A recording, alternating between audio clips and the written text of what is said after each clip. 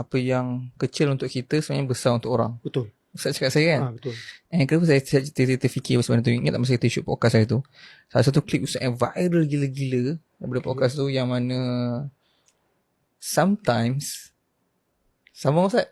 Sometimes Ustaz cakap sometimes Saya tak ingat. sometimes Allah hadirkan. Okay, sometimes orang hadirkan orang untuk sakitkan hati kita. Sebab Allah nak offer kita dapat satu ganjaran yang sangat besar, iaitu diampuni dengan cara kita memaafkan orang tu. Okay, kenapa saya bring this out Ustaz? Sebab masa dalam kita tengah shoot, hatta kita tengah edit, saya tengah edit sebelum kita release pun, kita tak rasa pun macam klip tu akan viral sampai tak saya 4 juta, 3-4 juta. And Ustaz pernah tak terfikir apa yang membuatkan kata-kata Ustaz tu memberi impak sangat-sangat besar, walaupun in the moment bila Ustaz cakap, Ustaz tak rasa apa kan Ustaz. Tak ada terfikir apa, dia cakap apa yang terlintas nak keluar. And benda yang sama jadi bila Ustaz tulis buku ni pun supaya orang boleh masuk Islam. Macam mana orang nak achieve that level of impact? Hasil ni bukan di tangan kita.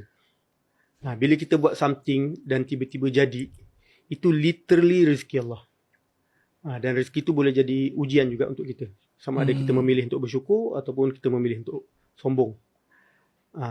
Sebab boleh jadi ramai lagi orang yang tulis lagi hebat ataupun cakap dengan lebih baik, tapi tak ada rezeki. So hasil ni bukan di tangan kita. Kita hanya mampu buat usaha yang ikhlas sahaja.